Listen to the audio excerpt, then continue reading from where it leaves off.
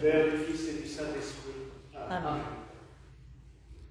Mes chers frères et sœurs, nous célébrons aujourd'hui Saint Hubert de Liège, celui qui ne peut pas être le patron des chasseurs. Voilà, après mon petit message publicitaire, je vais quand même vous raconter pourquoi et quelle est sa vie. Saint Hubert est un saint, surtout très connu dans les Ardennes, donc on s'imaginerait avec un évêque de Liège, avec un accent liégeois bien prononcé, et pourtant il avait sans doute plus l'accent de la ville rose et un accent à la Nougaro puisqu'il était occitan. On sait que Saint Hubert est né à Toulouse, et oui, à la fin du 7e siècle. Les pérégrinations qui l'ont conduit à aller chasser dans les forêts des Ardennes ne nous sont pas connues. Mais l'histoire, lui, sa vie nous est connue car il en a parlé. Un vendredi saint, alors qu'il chassait dans les Ardennes, il vit un grand cerf blanc. Là, il n'y a rien de miraculeux jusque-là, puisque le cerf blanc existe, même si nous verrons que symboliquement c'est quelque chose d'assez important. Il voit un grand cerf blanc, forcément il se met à sa poursuite, il cherche à le tuer, le bute,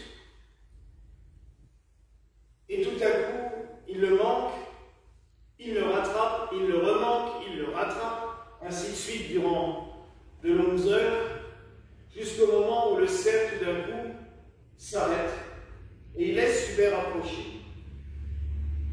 Et une croix se met à luire entre ses serres, entre ses bois, entre ses bois, et de cette croix, une parole s'écrit: Hubert, vas-tu encore me lasser pendant longtemps? Vas-tu enfin arrêter de courir et de vouloir tuer les bêtes des bois? Et puis après s'ensuit tout un dialogue où il le harcèle aussi un peu beaucoup parce que c'est le vendredi saint et qu'il aurait sans doute eu mieux à faire que d'aller à la chasse ce jour-là. Puis il lui dit: tu devras te sanctifier, faire pénitence et te vouer à mon service. Cette terre où tu chasses est la terre que je veux que tu sanctifies. Hubert va lui promettre d'obéir, il va faire pénitence, devenir moine, puis il deviendra évêque d'un diocèse très grand à l'époque, puisque c'est Liège, Maastricht et Toronto. Donc, une belle superficie. On va beaucoup le vénérer comme un saint évêque. Il est représenté en tant qu'évêque durant les 1000 ans, les premiers 1000 ans de sa dévotion. Puis au XVe siècle, tout d'un coup, on le voit affublé d'un costume de chasseur et on en fait le saint patron des chasseurs, alors même que Dieu lui a interdit de chasser.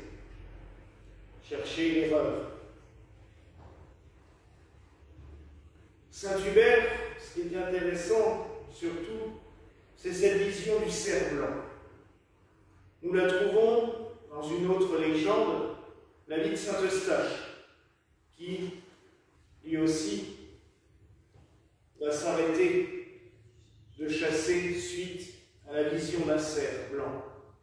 Le cerf blanc est connu depuis déjà plusieurs millénaires, puisque les traditions celtiques ont toujours vu dans le cerf blanc le messager des forces divines. Celui, quand on le croise, qui doit nous ouvrir l'esprit, qui doit nous ouvrir le cœur. C'est celui aussi qui nous pousse à continuer une espèce de quête.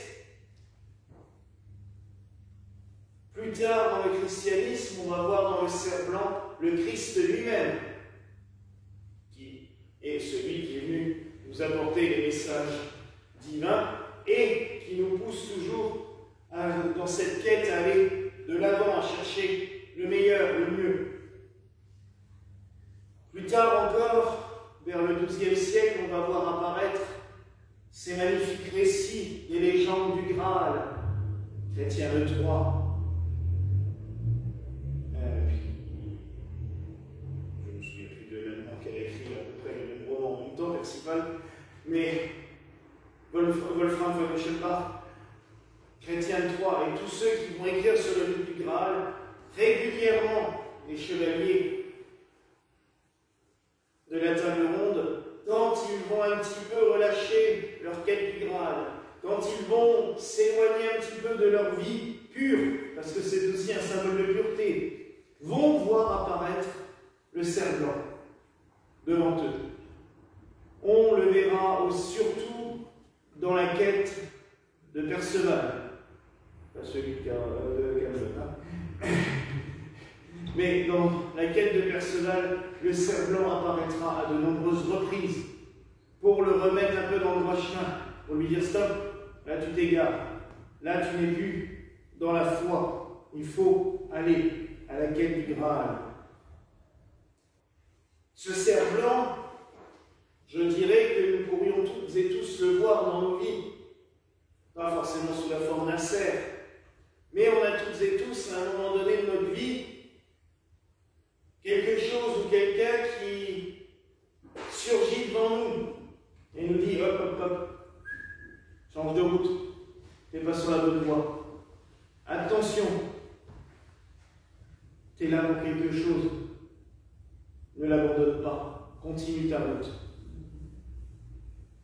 Alors vous voyez mes frères et sœurs que en méditant sur la vie de Saint Hubert, on peut quand même aller beaucoup plus loin que juste le limiter à un acte qui peut être utile et nécessaire, je ne dis pas le contraire. Pendant des siècles et des siècles, il a bien fallu chasser pour vivre. L'être humain est d'ailleurs un être chasseur, mais de là à en faire le saint patron, surtout que généralement ceux qui célèbrent Saint Hubert ne sont pas les chasseurs qui le font pour vivre, mais plutôt pour le loisir. Donc, et encore moins de bénir des chiens pour ce jour-là. Parce que tu veux bénir des chiens pour les protéger, pour aller tuer d'autres animaux, on en est encore un petit peu loin, et je trouve qu'on est très loin de cette pureté du cerf blanc, justement, qui est si forte, si puissante. Alors tout ce que nous pouvons prier, mes frères et sœurs, et espérer, c'est que par l'intercession de Saint Hubert, nous trouvions, nous aussi, sur notre route, régulièrement, le cerf blanc, c'est-à-dire le Christ, qui nous apparaisse, qui se manifeste à nous pour nous dire « N'abandonne pas, ne perds pas espoir, ne perds pas courage, la route est encore longue, mais je suis là, pars à la quête du Graal, de ton Graal, puisque le Graal, nous l'avons toutes et tous à le chercher, c'est la plénitude de Dieu, c'est le royaume des cieux. Cela va bien plus loin qu'une coupe. Alors oui, mes frères et sœurs, prions Saint Hubert, supplions-le que par son intercession, le Seigneur se manifeste toujours à nous. Voilà la grâce que je vous souhaite ce soir au nom du Père, du Fils et du Saint-Esprit. Amen.